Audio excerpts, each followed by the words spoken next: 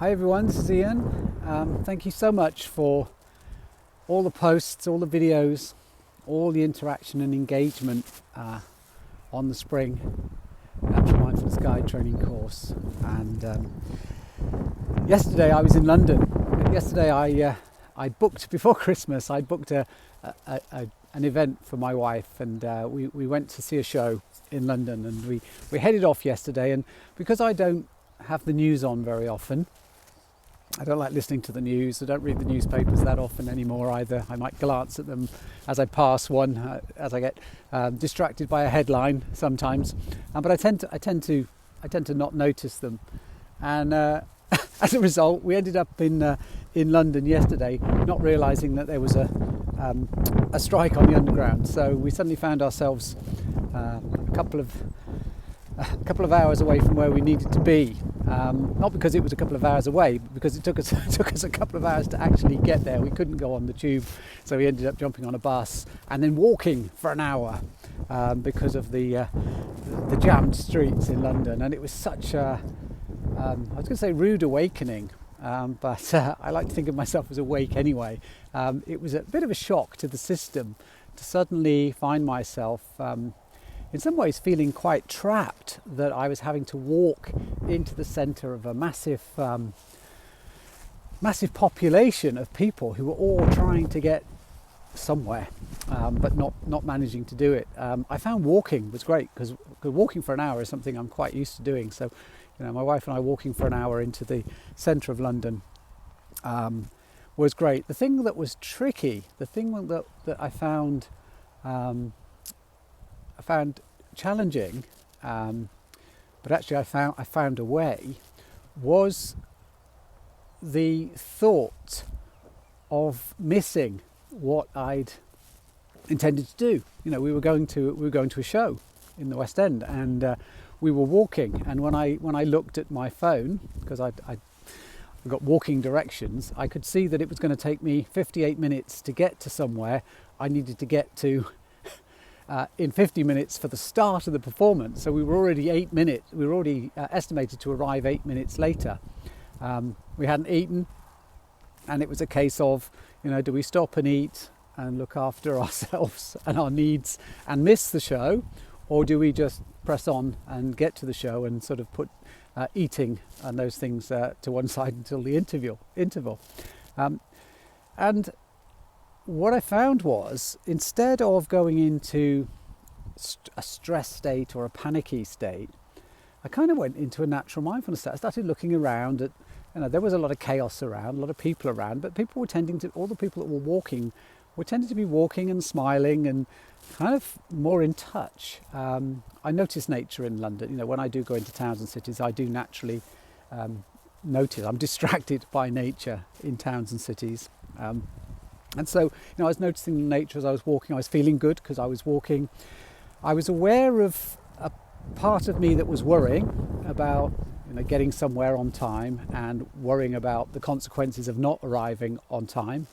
But I pushed those to the back a little bit and just thought, well, let's practice what I share, practice natural mindfulness at this time.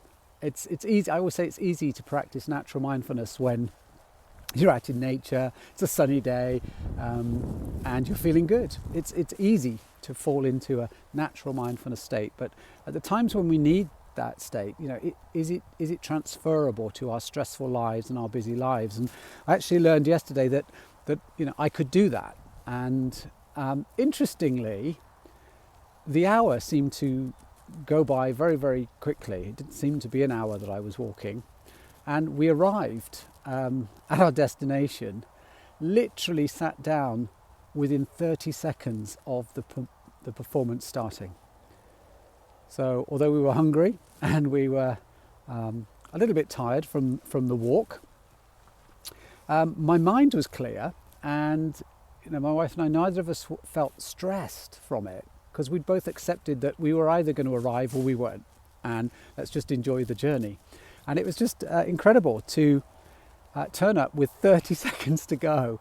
Wonderful show. For those of you that are interested in what we actually went to see, it was the Bat Out of Hell musical, which I remember back from the 70s when that album came out, and I loved that album then. So we went to see the show, and we love watching people perform. There's just something about seeing people on a stage performing, doing what they love doing. I find my wife and I both find it very, very emotional, and we can get very absorbed and engaged in theatre like that. It's one of the best things to see, live theatre, watching really talented people doing what they love doing, and getting the appreciation, standing ovation at the end of it, which was absolutely lovely. I always wonder when I go to shows like that, and you sort of look around and people seem to be, they're sitting and watching, but not necessarily looking as if they're enjoying it. But then at the end, it's almost like all the emotion comes out, and it was a lovely standing ovation, and it went really, really well. And then, of course, we had to find a way back from there without any trains to catch, and so it was a short walk in a taxi trip got us back, and then a long drive back to Gloucestershire last night. So this morning it was wonderful because I could watch and listen to all of your posts this morning. I've been watching some lovely posts this morning and catching up with things, and then I've just come out now with Lola, who's sniffing around somewhere over here. In this area. This is an area, just to introduce you to this. This is an area here where you can see these young trees behind. This is a field. I say a playing field. It was a cricket pitch many years ago. We don't use it as a cricket pitch anymore, but it's on a historical site, so it's kind of in the middle of what was either a Roman or a prehistoric hill fort. But in the sort of the middle of this area, we've planted a small arboretum, a village arboretum. We've been putting trees in over the last couple of years, and they're starting to come up now. And this is a tree. This is a tree I posted. It's a hornbeam, and I love to come out to this tree. Here we go. I love coming out to look at this one, and let's take you around it. And what I love about this tree is every time I come out, I notice the difference in it. Let's see if I can. Get the camera in on there. There we go. Oh, hello. As you can see, the buds are all starting to come out on this tree. And one of the things I notice about these trees here, I've planted 3 of the trees in this arboretum, and we've got a hornbeam here. My wife's got what's called a wedding cake tree, which I'll take you over to have a look at here. And I've planted 3 trees in here. And I've become very connected to them, very sort of bonded to them. I mean, I love all the trees here, but it's the 3 that I put in that I've really, really connected with, and have been coming out for over a year now, watering them, looking after them, tending them. And it's amazing to see how the trees I've been tending have flourished, whereas there are some trees here that other people in the village planted, and I mean we've got so many trees, we've got over 100 trees here, and so everybody's got responsibility for their own trees.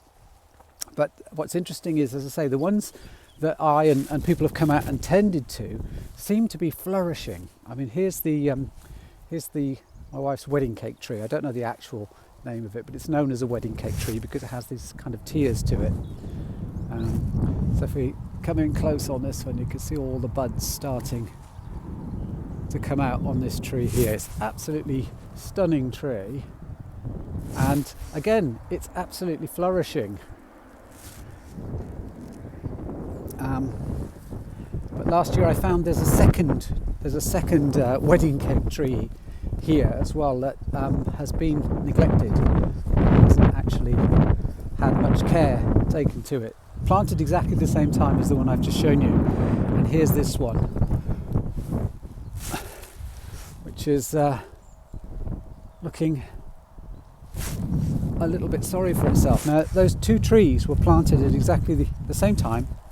I say one was tended to, loved, cared for, nurtured here behind me, and is flourishing, whereas the other one hasn't. Now, I mean, I started to look after that one now. I mean, I can't not.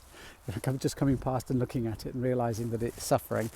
I just feel like I need need to look after that one as well. But it just shows, doesn't it, that there is this thing in nature that if you tend something, if you nurture it, if you protect it, if you look after it, it seems to flourish. Whereas if you leave it and neglect it and forget about it, it doesn't do so well. And I kind of relate that to our true nature.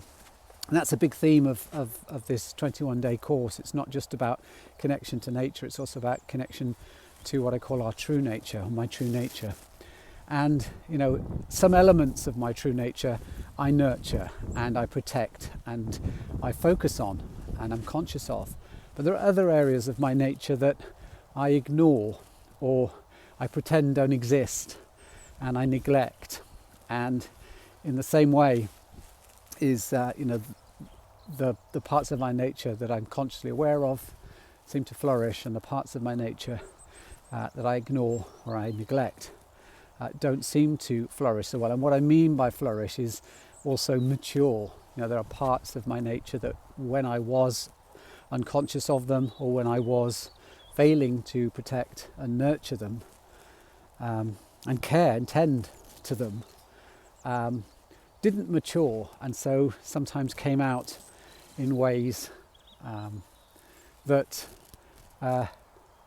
were not great, were not healthy for me, and so hopefully there's something in that for some of you. I know that our nature, our true nature, is a part. That's coming up quite a lot in your own exploration and your own journey with me over this 21 days. So anyway, I thought I'd just share this with you. Obviously, I've been posting a lot this week. I'm posting on your posts, on your videos, but I thought I'd make a video as well, because in some ways I'm getting to connect with you almost in present time, almost this week with you. And of course the videos from last week were recorded videos. They're videos that I'd done a while ago, but I still like to use them because there's lots of value in them. But I thought I'd make a live video to make it current. So you can see it is springtime here in the Cotswolds. The rain's coming down. In fact, Betty posted something this week around walking, but encouraging people to come out in the rain. I love coming out in the rain. Go and have a look at Betty's post. Actually, if you click on Betty's activity and look for Betty's activity, you'll find her post with that question on it. And I did respond to it, and other people have responded to it as well. There's some fantastic posts actually. So please do go and explore and go and have a look and see what people have been posting and what people have been writing about. There's also an interesting post in the chat as well that's in there. I think it was Simone came in and asked a question that's had some interesting responses to. So please do explore, have a little look around, and if any of you are feeling like you need some more support or some guidance, then just let me know. Just message me, and I'll help you as well. So anyway, I think I'll leave it there and get on with my walk, see where Lola's got to. So anyway, take care. It's great that you're here. I really appreciate you being on the course, and I look forward to connecting with you on Friday, by the way. The next live broadcast is on Friday evening UK time, so I'll put a reminder up for the event on here this week. Okay, take care now and enjoy the rest of your day. Bye bye.